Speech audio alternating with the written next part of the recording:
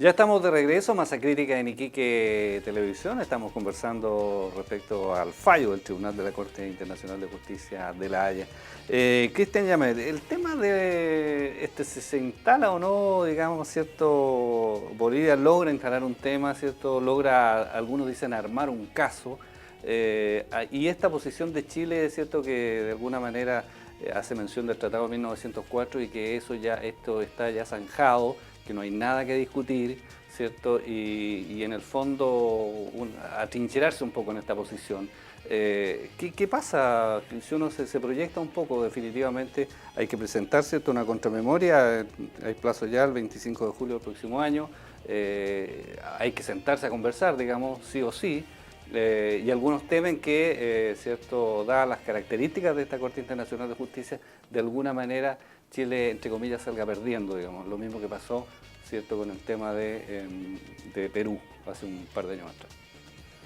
Sí, yo creo que eso que precisó acá el Premio Nacional de Historia respecto a que, como si fuera de un día para otro, que emerge esta demanda, cuando en realidad es una constante histórica. La pregunta es por qué hoy día adquiere esta validez interna y externa. Yo recuerdo mucho historiadores, etcétera, que cuando el año 2003 emerge esta figura de los cocaleros y logran derrocar un gobierno, eran mirados como trasnochados, termocéfalos, etcétera.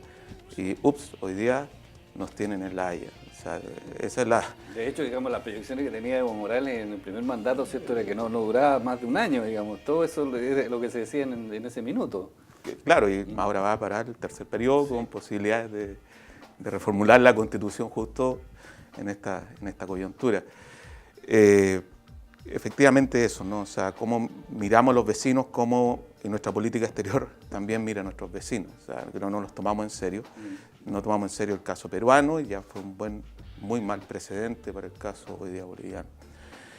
Y en mi opinión creo que tampoco Bolivia tiene una buena estrategia de negociación. Nunca ha ofrecido nada concreto hoy día, por lo menos no nunca, hoy día en este periodo de negociación, que esté como a la altura de lo que está pidiendo. O sea, está pidiendo marco en soberanía. O sea, ¿qué se podría equiparar a eso? Y entonces, de alguna manera, es un ganar y un perder, no es un ganar-ganar, ¿no? Entonces, muy delicado el escenario en términos de incluso de opinión pública, etcétera, todo unilateralmente satisfaciendo a Bolivia, pero nadie pensando qué significa eso. Y que, ojo, esto no es un tema así de una decisión de corto plazo, o sea, tiene tantas variables geopolíticas, etcétera, de seguridad, darle una soberanía, o sea, un corredor para que tenga salida al mar con soberanía es una cosa muy delicada. O sea, incluso he conversado con gente experta en seguridad internacional y me dice, ¿tú sabes lo que significa eso para lo que es los problemas de narcotráfico? O sea, ojo, no es cualquier cosa. O sea, son muchas variables que hay que considerar a la hora de resolver una cosa de esta envergadura. Cristian Zamorano. Para poder debatir sobre lo que realmente digo, nunca he dicho que la postura de víctima por parte de Bolivia es algo de novedoso, nada de eso. Simplemente yo creo que es algo cultural, basta ir a pasearse por La Paz y visitar algunos museos y uno rápidamente se va a dar cuenta de eso. Pero que tenga este impacto, y como lo aconsejó Sergio, de contextualizar actualmente este caso, el impacto que obtuvo esta vez la demanda boliviana es enorme. Es decir, no es por nada que, estando ayer en Francia, en la página 4 del diario Le Monde, aparece el caso de Bolivia y Chile, y aparece de algún modo la victoria, apareció como tal, de Bolivia. Por fin se va a hablar de este tema. Entonces, yo creo que acá, como lo subrayó Cristian, hay una victoria clara de la política llevada por Evo Morales. Y acá hay una reacción de pánico torpe, clásica, donde aparece un nacionalismo barato, lo mismo que sucedió con el caso de Perú. Ese nacionalismo barato muchas veces proviene de la extrema derecha, de manera sorpresiva también lo vemos en la DC, algo de transversal. Lo que me llama mucha atención es que la extrema derecha reacciona y se adueña el monopolio del nacionalismo, sabiendo que el caso más concreto de un simple trueque para solucionar este tema lo hizo un gobierno militar de extrema derecha. Entonces, a nivel nacionalismo, yo creo que hay muy poca lección que dar por parte de ese segmento. Pero de algún modo acá hay un riesgo que se está corriendo que me parece muy grave. Es decir, lo mismo que se reprocha a lo que está haciendo Evo Morales, es decir, de utilizar el caso de La Haya como vector de unidad al interior de su país y obviar de hablar de otros problemas, está sucediendo lo mismo acá en Chile. Digamos, de algún modo, cuando pasó el caso con Perú, todo el mundo habló del hecho que hayamos perdido mar y todo eso, y la ley de pesca, de algún modo que es una estafa aún más grande para el pueblo chileno, habiendo 2 senadores acá involucrados, nadie lo habla. Una vez que pasó el juicio, nadie lo habla. Y la problemática real está ahí, no está en este caso de que perdiste 5 canchas a norte de Arica y esos kilómetros cuadrados de mar. Y está pasando lo mismo con Bolivia. Yo creo que igual, de algún modo, Michelle Bachelet tiene mucha suerte porque hay muchos casos, gracias a los terremotos y gracias a este caso de Haya, que nos están hablando, obviando, sabiendo que esto en sí, a mí me parece legítimo que se vaya al final de este juicio para poder, por fin, tener un inicio de solución, una indicación de solución para este problema con Bolivia, que es algo que tenemos desde el final de la Guerra del Pacífico, al fin y al cabo. Sergio, yo quería preguntarte un poco, y a propósito de lo que dijo Cristian Llamet, esta estrategia de ganar, gana Bolivia y pierde Chile, digamos. No hay un ganar-ganar, ¿cierto?, en el sentido que Chile también podría obtener alguna, ¿cierto?, parte del territorio, en un minuto se dijo, ¿cierto?, el acceso a agua para la minería, a gas, se habló mucho durante un tiempo. ¿Por qué Bolivia no presenta una propuesta, digamos, que sea atractiva para Chile también y que pudiera llegar un poco, lo que tú decías, ¿cierto?, llegar posiciones y se va en esta postura más bien rupturista? Bueno, por lo que yo ya dije, en algún momento, por ejemplo, Ricardo Anaya presentó una propuesta. Ricardo Anaya, bueno, fue un académico político boliviano de mucho prestigio, rector de la Universidad Mayor de San Andrés en su momento, y presentó la idea de una zona que él llamaba de paz, integración y desarrollo, donde estarían involucrados Perú, Chile y Bolivia, y donde todos entregaran algo, no solamente Chile, sino que también Perú, también Bolivia, y esa zona sería una zona libre, etcétera, pivotal desde el punto de vista económico y administrada trinacionalmente, etcétera, que le llamó Arica Trinacional, pero en realidad todos entregaban algo. Por lo tanto, era un sacrificio compartido y también una ganancia compartida. Esa visión, por ejemplo, quedó archivada. Luego Antonio Araníbar, por ejemplo, planteó la idea de discutir el concepto de soberanía, que es el concepto que nos complica a todos, porque para Chile es una complicación entregar territorio con soberanía y Bolivia insiste, digamos, con territorio con soberanía, por lo tanto, ¿por qué no discutimos el concepto de soberanía? Eso lo planteó Antonio Araníbar, quien fue canciller de Bolivia. Hay otros autores, qué sé yo, Ramiro Prudencio, Julio Garrett, que han planteado esta idea de un puerto con soberanía de facto pero no de jure, etc. Han habido, ¿me entiendes tú?, posiciones y propuestas. Ahora, nada de eso se ha concretado. Conversaciones han habido también, tanto en el gobierno de Ricardo Lagos como en el gobierno de Michelle Bachelet, y si vemos la historia para atrás, también lo hubo durante el gobierno de Allende, durante el gobierno de González Videla, durante el gobierno de Carlos Ibáñez del Campo, eso fue muy importante, pero son visiones más creativas, es decir, no tiene por qué ser lo que está planteando hoy día Evo Morales y su gobierno, que es una visión maximalista.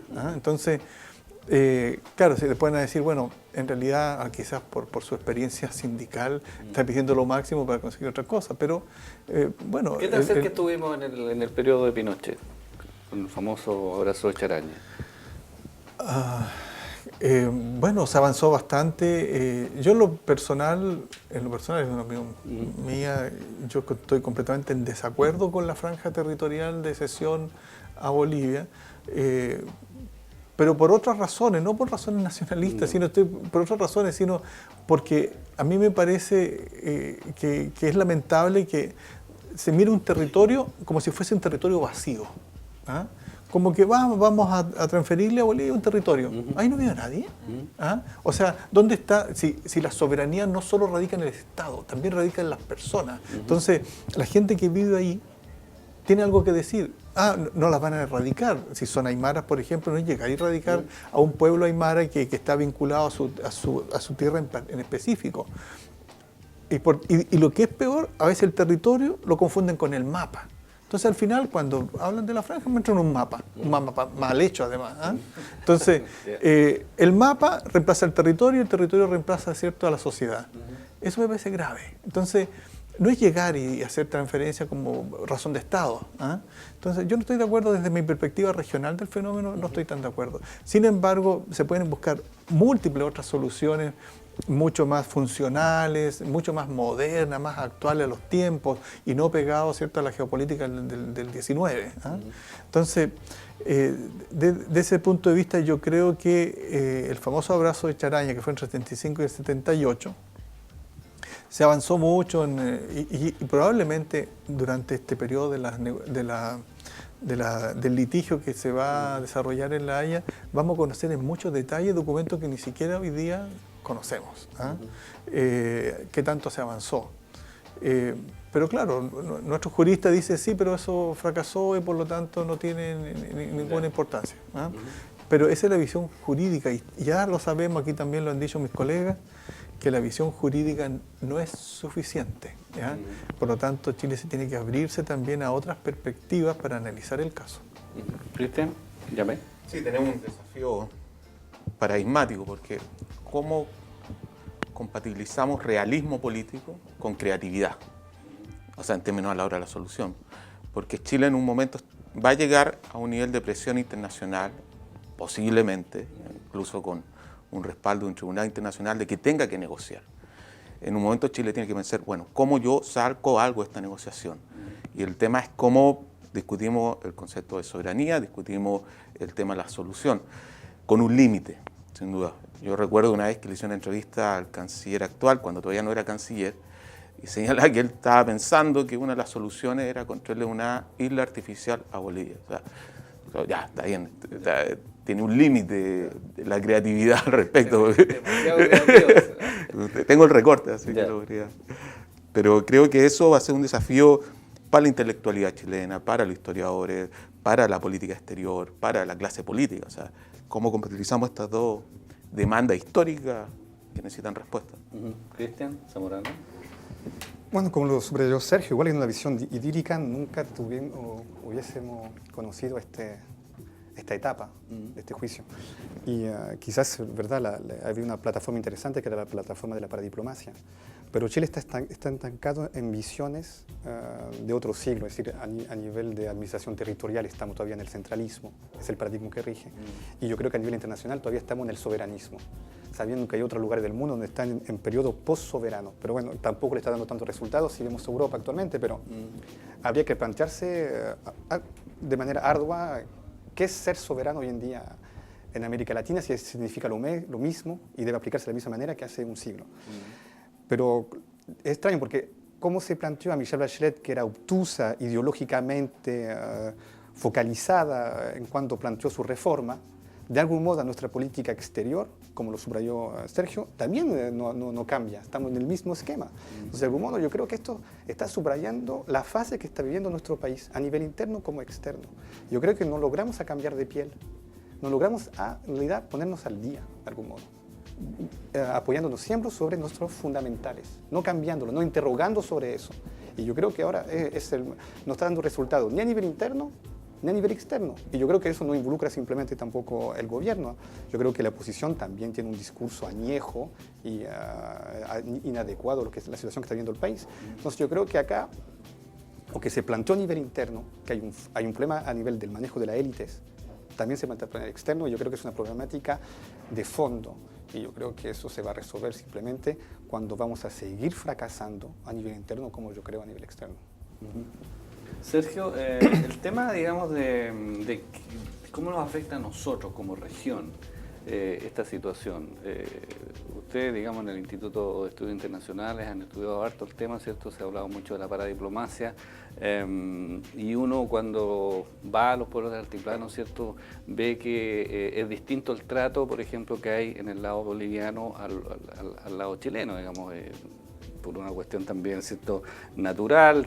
Tú vas a Oruro está a 4.000 metros y todos los pueblos que hay alrededor están, ¿cierto?, poblados, hay una presencia del Estado importante.